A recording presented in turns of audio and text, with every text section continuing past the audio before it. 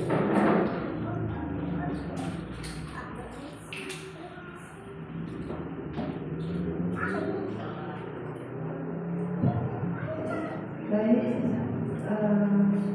selamat pagi ibu semua. Ya, kami bersama saya mengucapkan terima kasih kepada ibu semua yang telah meluangkan waktu hadir pada pagi hari ini untuk melakukan atau mengingatkan atau belajar bersama tentang budaya positif yang ada dalam undangan. Sebelum kita masuk dalam seminar pada pagi hari ini, terlebih dahulu harus kita berdoa. Bagi yang berlangsung lain, kami mohon untuk doa bersama.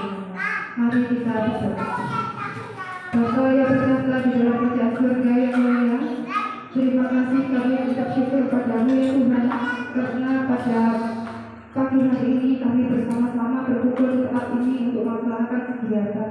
Kiranya Tuhan mengawal kami, membimbing kami dari awal hingga akhir acara ini. Terima kasih ya Tuhan atas berkat-Mu. Di dalam nama Tuhan Yesus Kristus kami berdoa dan mengucap syukur. Haleluya. Amin. Baik, ibu semua, seperti yang sudah saya sampaikan bahwa pagi hari ini kita akan belajar bersama tentang budaya positif. Budaya positif di sekolah TK YBBK. Apa sih budaya positif itu? Di sini juga sudah muncul kesimpulan mengenai peran saya atau kita semua menciptakan budaya positif di sekolah. Apa kesimpulannya?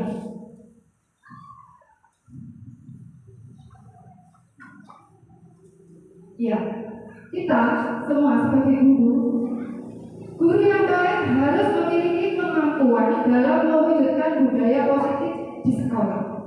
Harus, tidak boleh tidak. Yang kedua, budaya positif tersebut dapat dijalankan dengan menerapkan konsep-konsep inti seperti 1. Disiplin positif, 2. Memahami motivasi perilaku manusia berkaitan dengan hukuman dan penghargaan, posisi kontrol guru, membuat keyakinan kelas, dan penerapan segitiga restitusi dalam penyelesaian masalah. Itu yang ada di dalam budaya positif. Selanjutnya, apa Bu intinya? Nah, intinya adalah yang pertama, perubahan paradigma baru, disiplin positif, motivasi perilaku manusia, keyakinan kelas, kebutuhan dasar manusia, nilai-nilai kebajikan, 5. Posisi kontrol guru, segitiga restitusi. Ya. Selanjutnya, sebelum memasuki perubahan paradigma baru, sebaiknya kita lepaskan dulu. Kita lepaskan dulu badan kita dengan ice breathing. Boleh ibu-ibu semua berdiri? Ice breathing dulu ya. Oke. Ada yang Bu? Oke. Ini ya.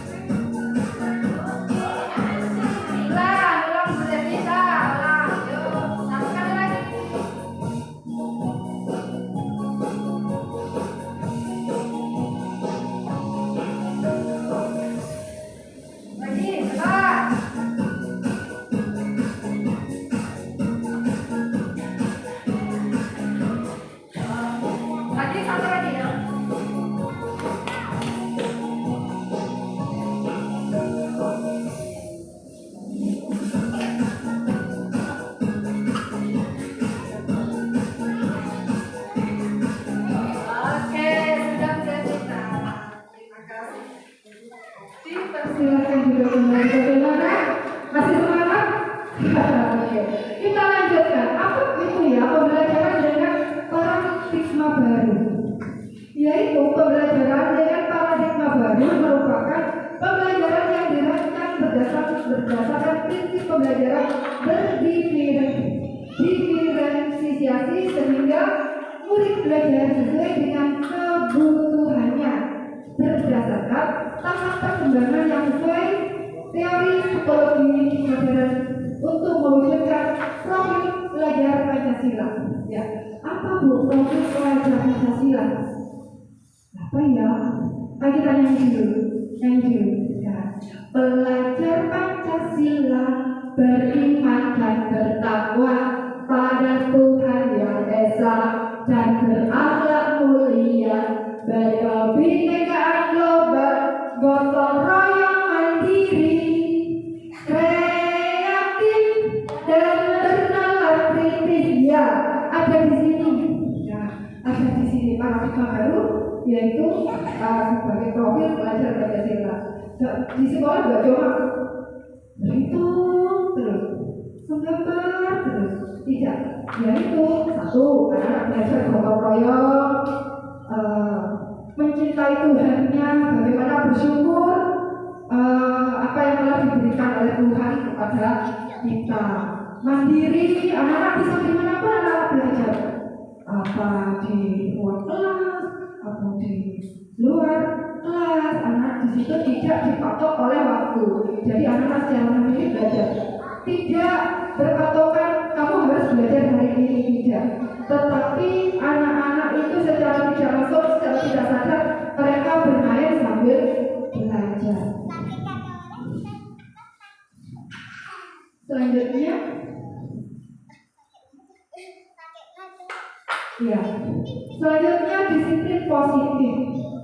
Apa ya? Ada yang tahu nggak ibu? Apa itu disiplin positif? Tidak negatif itu ya bu. Iya betul. Disiplin positif yaitu cara penerapan disiplin yang mengajarkan anak bertanggung jawab dan menumbuhkan kesadaran diri berdasarkan nilai-nilai kebajikan. Juga disiplin positif dapat membuat murid memahami dan meyakini berdasarkan motivasi internal. Selanjutnya, lebih ke arah disiplin diri yang dapat mengontrol diri dalam melakukan segala tindakan. Itu adalah disiplin positif. Bukan karena melakukan disiplin positif karena menghindari hukuman. Nah, kalau menghindari hukuman berarti kan terpaksa, berarti itu tidak baik dilakukan. Ya.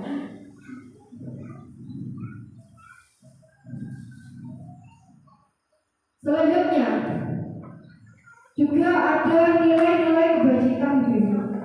Ya, apa itu nilai-nilai kebajikan? Yaitu nilai-nilai yang disepakati bersama lepas dari suku bangsa, agama, bahasa maupun latar belakang. Ini merupakan nilai-nilai kebajikan terlepas dari itu semua. Jadi contoh nilai kebajikan seperti profil pelajar Pancasila, di situ kebajikannya bersifat bertakwa, berluhur, terus berakhlak mulia, berpendidikan global, gotong royong, mandiri, kreatif dan bernalar kritis. Diharapkan anak-anak mempunyai jiwa profil pelajar Pancasila. Selanjutnya yaitu kebijakan Bio-Primary Year Program, yaitu toleransi, rasa hormat, integrasi, mandiri, saling menghargai, anak bisa saling menghargai, terus keingintahuan yang tinggi. Selanjutnya kreativitas, kerjasama, percaya diri dan komitmen, itu masuk dalam nilai-nilai kebajikan PDB. Selanjutnya keterampilan hidup, life skill, di mana dapat dipercaya, lurus hati, pendengar yang aktif, tidak merendahkan orang lain dan memberikan yang terbaik dirinya, memberikan yang terbaik dari dirinya. Itu salah satu nilai contoh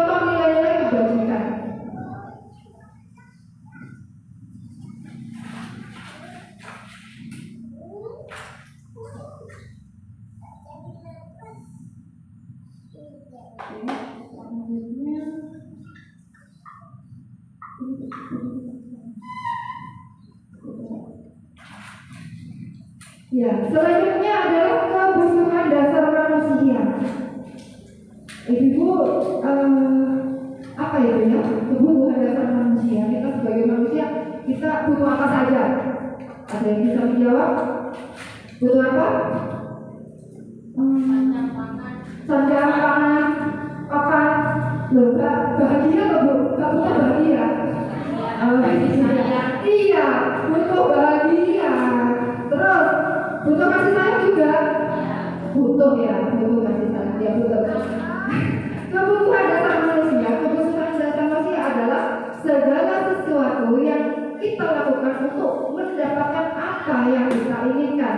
Seluruh tindakan yang kita lakukan memiliki tujuan tertentu, dan semua usaha terbaik yang kita lakukan adalah dalam rangka agar kebutuhan dasar kita terpenuhi dengan baik. Ya, seperti yang telah disampaikan ibu semua, ada rasa kasih sayang, gitu. Ada keamanan juga, butuh dicintai, itu adalah kebutuhan ya. Berikut ada 5 Bu, ada 5 kebutuhan dasar manusia. Yang pertama adalah bertahan hidup. Ya, seperti yang disampaikan, ada makan, pakaian, tempat tinggal, kita butuh itu.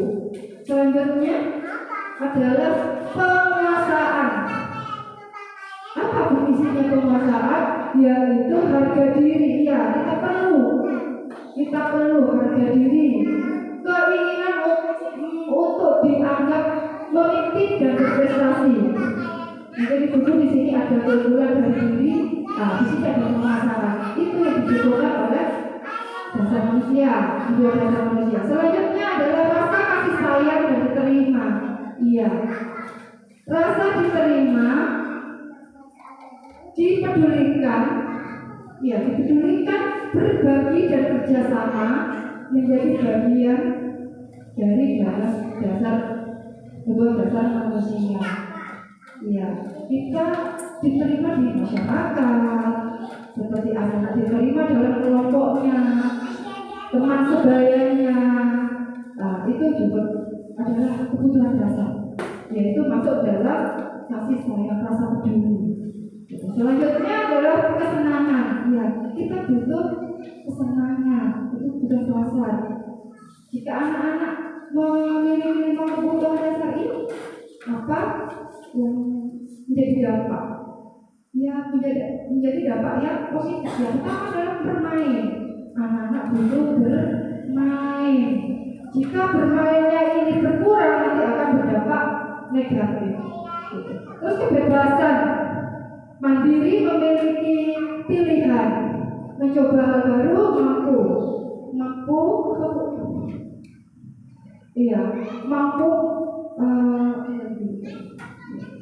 mencoba hal baru. Ya, anak-anak ini bisa memilih nanti. Gak cuma harus diatur-atur, harus bermain ini, harus bermain itu. Jadi anak-anak mempunyai kebebasan untuk mengendalikan arah dirinya, gitu ya. Ya, mencoba hal-hal yang baru. Tapi jika memang nanti gurunya gurunya meletakkan suatu permainan bermacam-macam, anak-anak itu bisa memilih. Oh, saya memilih ini, ya, karena itu kebutuhan dasar. Lanjut Bu.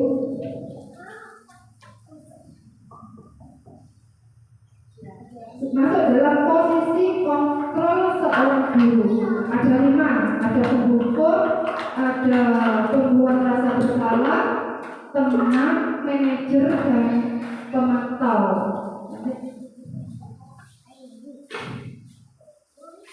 Ya, sebelum masuk motivasi, itu posisi kontrol guru sebagai penghukum itu hanya satu arah begitu, hanya satu arah. Seperti anak-anak kira-kira terlambat atau membuang sampah sembarangan, kamu kok membuang sampah? Ayo sapu ini, tanpa memberikan penjelasan mengapa anak itu membuang sampah sembarangan gitu. Jadi kalau teman sebagai kontrol, 5 posisi kontrol sebagai teman, ya guru menegur sebagai teman. Ayolah anak-anak, kalau membuang sampah kepada tempatnya, nah itu sebagai teman. Kalau sebagai manajer bagaimana? Kalau sebagai manajer bagaimana? Nah, kalau sebagai manajer, seorang guru juga memberikan pengarahan kepada muridnya. Nah, kenapa? Alasannya apa? Dan bagaimana cara menyelesaikan masalah itu? Maunya apa?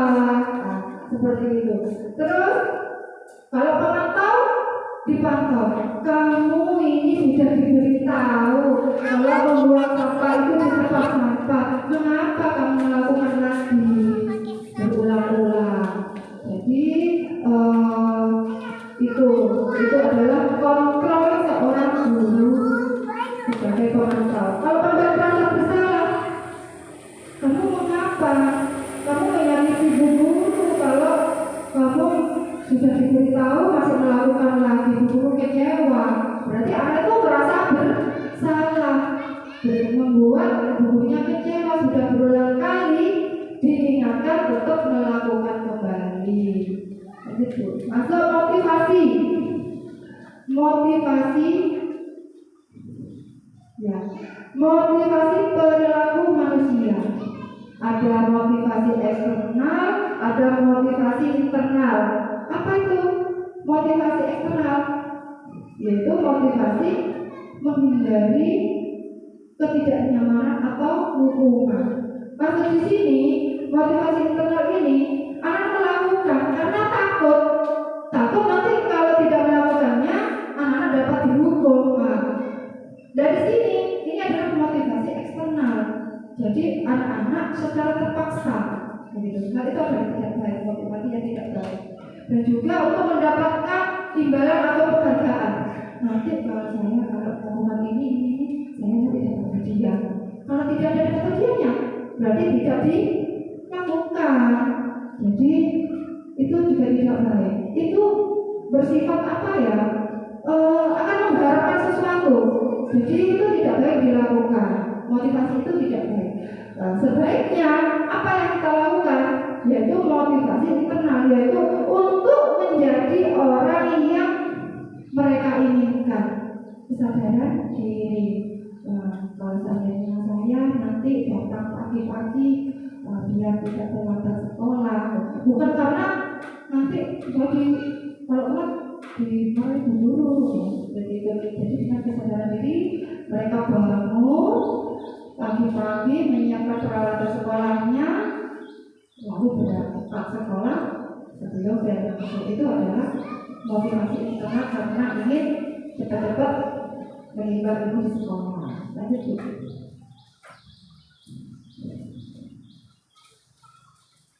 Ya, begini.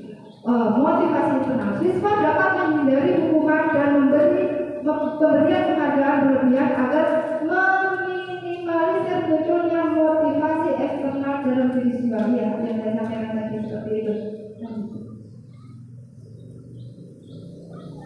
Ya.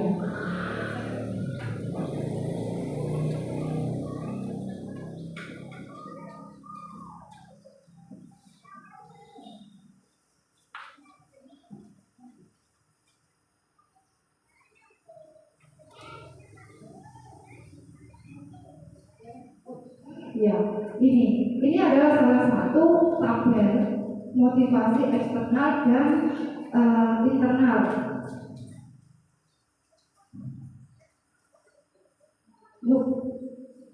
Ya, ini guru berbuat. Kalau menghukum, ya berarti menyakiti siswa karena hubungan fisik begitu. Kalau membuat guru berbuat membuat orang merasa bersalah. Ya berceramah seperti tadi menunjukkan kekecewaan yang mendalam kepada siswa. Ya, perilaku kontrol positif juga membuat alasan untuk berbicara. Terus pemantau, menghitung dan mengukur, kontrol diri sebagai manajer mengajukan pertanyaan-pertanyaan seperti yang saya sampaikan. Lalu motivasi internal juga guru berkata kalau kamu tidak melakukannya saya akan berarti dihukum gitu. Terus beberapa salah, aku sudah mengecewakan bapak ibu sama seperti tadi, kamu sudah kasih tahu kok tetap aja melakukannya. Nah itu kontrol yang negatif, tidak perlu dilakukan gitu. Terus perilaku kontrol yang positif. Nah tujuannya ya sudah nanti ibu bantu bereskan, apa ibu bantu ya untuk membuang sampah seperti itu. Dan kalau bapak apa konsekuensinya, apa yang telah kamu lakukan, apa yang terjadi, begitu dipantau begitu. Anak-anak ini sudah dikasih tahu kok, mengulang lagi. Baiklah, apa mau kamu? Berarti dipantau. Juga manajer, apa yang kita yakini, apa yang kamu yakini dan tersebut. Kalau kamu yakininya, kamu memperbaikinya. Seperti itu. Jadi kalau maunya anak memukul, jadi dia ini kamu tidak akan mengulangi lagi, ya. Jadi kamu bagaimana caranya memperbaikinya? Kamu sama aku, dan tidak bagaimana dari. Hasilnya kalau identitas gagal, kalau motivasi eksternal memberontak, mendendam, menyalahkan orang lain, itu menghukum. Kalau sudah dihukum, awas gitu ya. Awas banget. Seperti itu temannya, itu juga tidak baik, hasilnya tidak baik. Terus berbohong juga, membuat bersalah. Kamu tadi ngomong ya, tidak bu. Nah, karena takut dihukum gitu. Jadi apa? Ya berbohong nanti anak-anak. Yang terbaik adalah sebagai manajer menguatkan watak dan karakter. Nah itu adalah motivasi intrinsik dari dalam diri. Jadi anak-anak bisa mengembangkan karakter watak siswa-siswa gitu. Ya dapat memperbaiki itu tidak mengulangi kembali.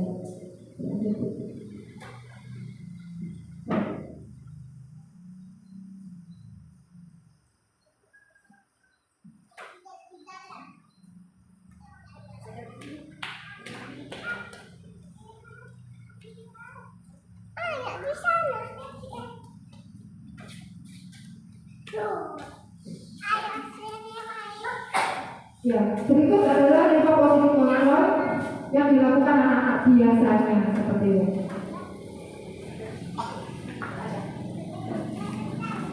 Biasanya anak itu menggambar, terburu-buru, ada pensilnya yang ketinggalan lah, ada yang buku gambarnya ketinggalan. Ini adalah simulasi posisi kontrol dulu. Bagaimana kita menghadapi? Nah, seperti itu. Lihat, terlambat lagi. Yang berapa ini?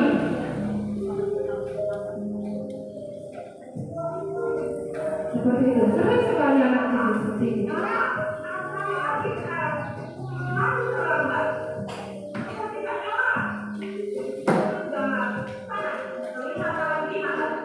Seperti itu. Ya, ini yang kedua. Beban rasa bersalah, kecewa sekali yang mendalam.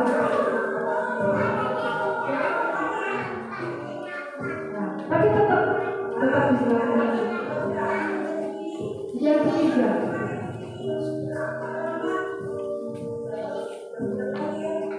hanya itu saja sebagai teman. Tapi tetap diulangi lagi nanti itu.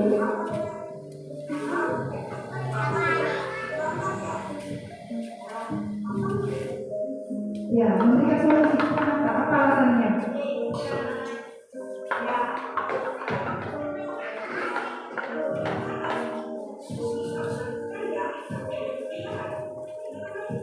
Nah, seperti itu. Mencari alasan dulu.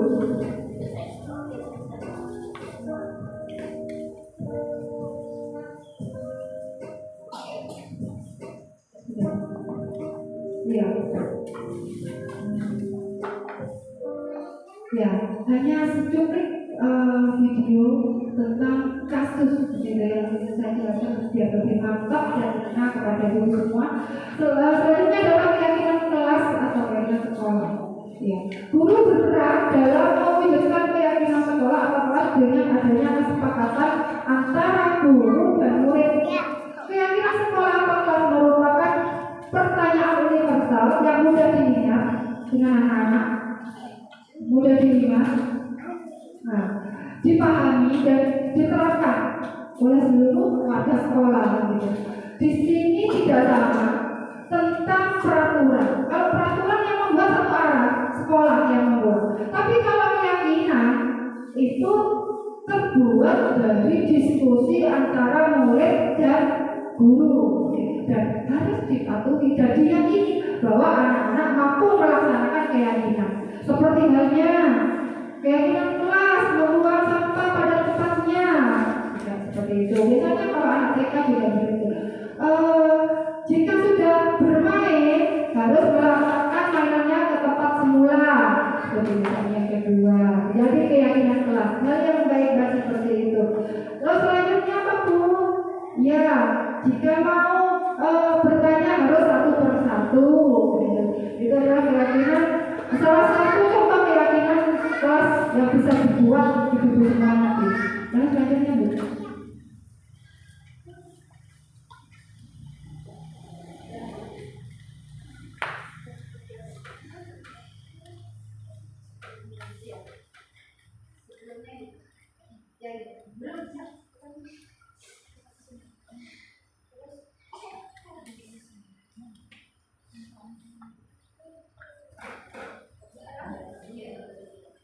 Ya, bagaimana caranya guru semua? Ya, harus ada ini dulu. Jika mau melakukan atau membuat keyakinan kelas, rancangan tindakan dalam penerapan. Ya. Contohnya, ini ada latar belakangnya yang dilakukan, terus ada tujuannya, ada pola ukurnya, dukungan yang dibutuhkan seperti latar belakang. Membuat keyakinan kelas bukanlah hal yang mudah kita diharapkan anak-anak mampu memiliki latar belakang yang berbeda-beda. Kebiasaan pun karakter peserta didik juga berbeda-beda. Keyakinan kelas membantu guru dalam penerapan kedisiplinan peserta didik dalam membantu guru mengenal peserta didiknya dengan lebih baik. Ya, ini latar belakang dulu. Jika anak kan berbeda-beda, karakternya juga berbeda-beda, kebiasaannya juga berbeda-beda.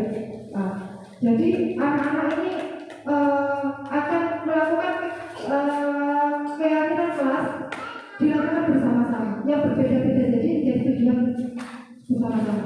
Tujuannya mengembangkan perilaku positif anak ya. Jadi anak-anak melakukannya tujuannya untuk mengembangkan perilaku yang positif, menumbuhkan motivasi internal, kebiasaan positif sejak usia dini, lalu mengembangkan kemampuan untuk mengelola diri dan peran terhadap godaan atau kesulitan ya. Tidak marah-marah.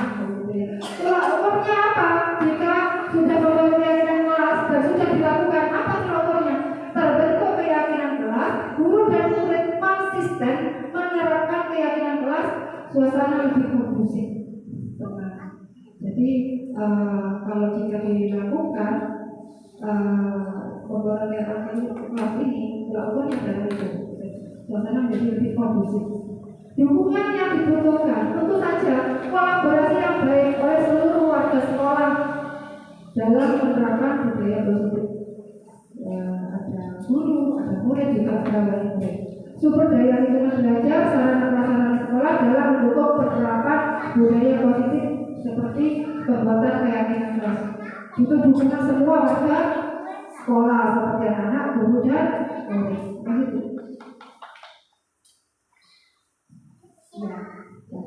Ya, ini masa tindakan yang dilakukan. Langkah-langkahnya apa saja? Pertama, guru memberi penjelasan dulu yang singkat, padat, tapi mudah dipahami. Diskusi, tidak guru saja yang membuat, tapi anak-anak mengeluarkan idenya. Diskusi antara guru dan guru. Peserta didik kalau sudah peserta didik menyampaikan emoji ide atau gagasan yang menurut mereka yakini. Biasanya kalau anak sekolah TK kan ada emoji di situ, ditempel. Oh, berarti ini saya yakin melakukan ini, saya yakin melakukan ini, gitu ya. Ada beberapa kegiatan. Selanjutnya guru dan peserta didik meninjau kembali keyakinan kelas hasil diskusi. Kalau sudah selesai, ditinjau kembali. Kira-kira ditanyakan penguatannya kepada anak, bisa nggak yang melakukan keyakinan kelas ini bersama-sama. Selanjutnya membacakan sudah, yang membuat penyampaian sudah, memajang. Nah, kalau nanti ibu-ibu semua sudah membuat keyakinan kelas Dan setiap kali anak-anak tidak melakukan keyakinan keras, kembalikan lagi, suruh lihat. Itu kan yang membuat kita bersama. Jadi kita harus melakukan bersama-sama, harus konsisten.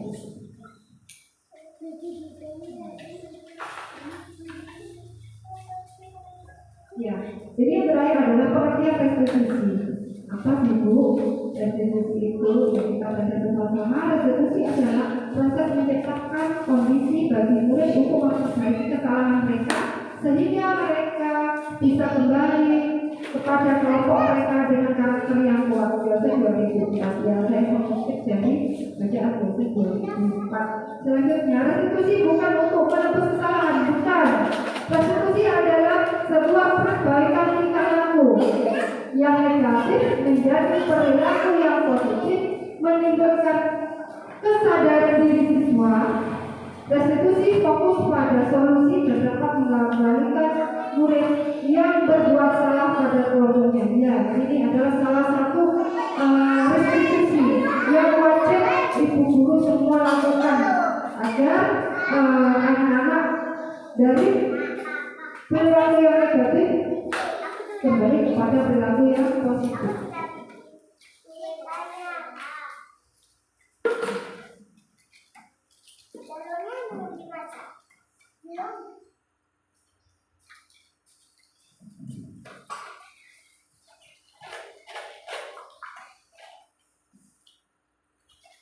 Ya, ini adalah langkah-langkahnya.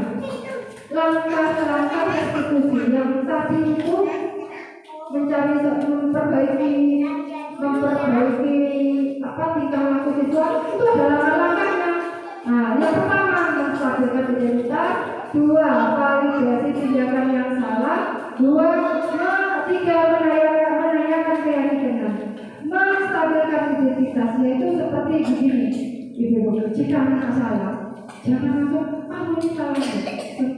Caranya begini, anak-anak atau saya adalah gitu, memang semua manusia itu tidak ada yang sempurna, semua pasti punya salah. Ibu guru juga, teman juga, tapi kamu perbuatan itu tidak baik, harus diperbaiki. Begitu. Yang kedua, validasi tindakan yang salah. Ya, bagaimana? Apakah perbuatanmu itu sudah benar? Seperti itu ditanyakan kembali. Dan anak-anak akan menjawab dan merasakan, iya Bu, kamu bersalah. Ucapan seperti itu sangat-sangat dibutuhkan dalam validasi tindakan yang salah, sehingga anak tidak melakukan kembali. Lalu menanyakan keyakinan, jika kamu merasa bersalah, kapan kamu akan memperbaiki? Begitu. Nah, anak-anak kita kan berpikir secepat mungkin saya akan perbaiki kesalahan saya, seperti tidak memukul atau tidak melempar mainan dengan sembarangan begitu. Jadi memperbaiki, tidak menjadi ahli salah begitu.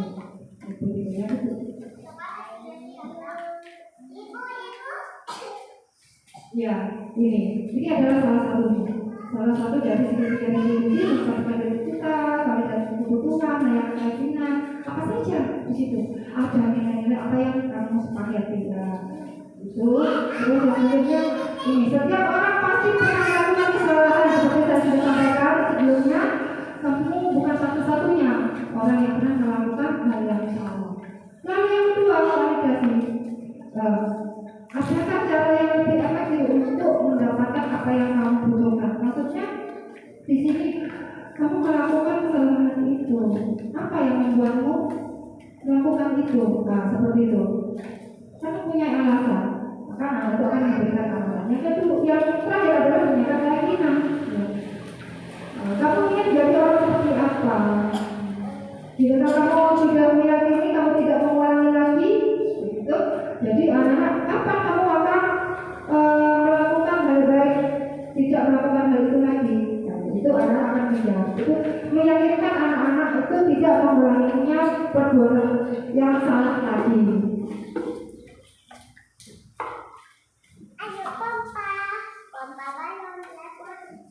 Ya, segitiga restitusi dalam penyelesaian masalah. kita sebagai guru yang berperan sebagai manajer menggunakan struktur restitusi dalam penyelesaian masalah melalui 3 tahapan seperti yang sudah saya sampaikan. Dengan tujuan apa?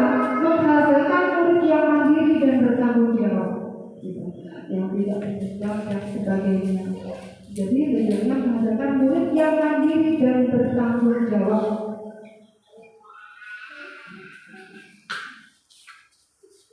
Ya, demikian Ibu semua.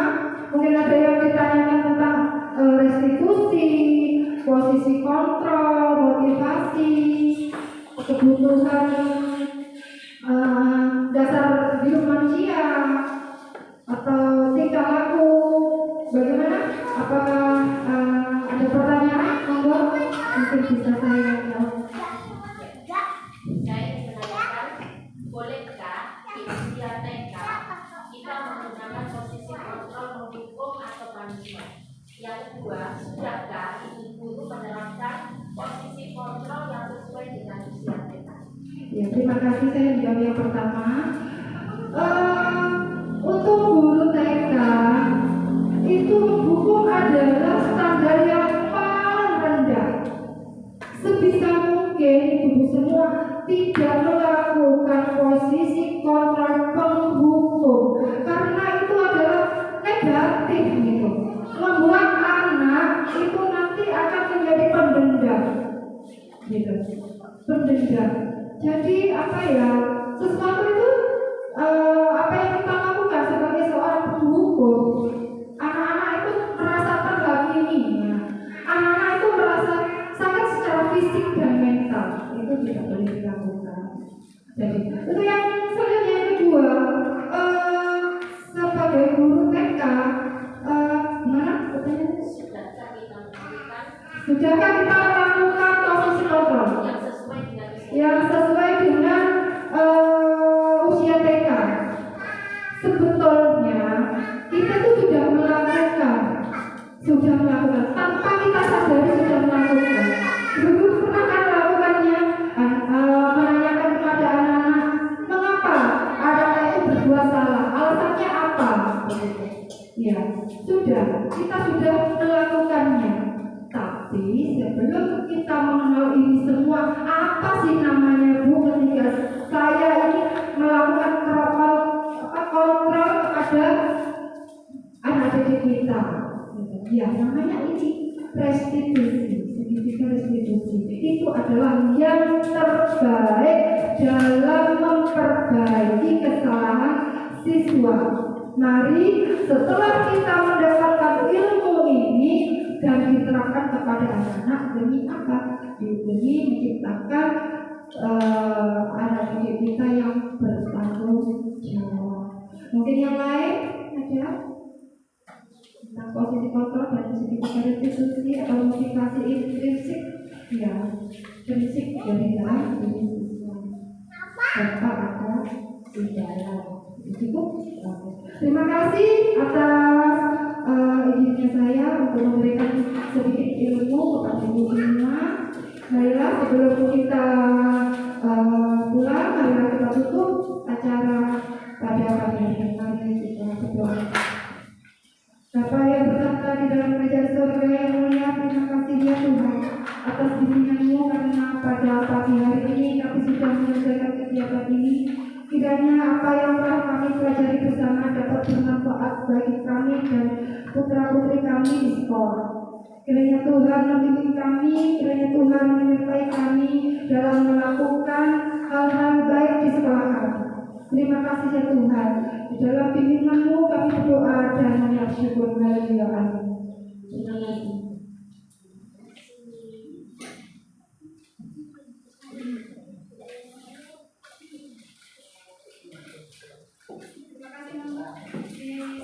Silakan di makanan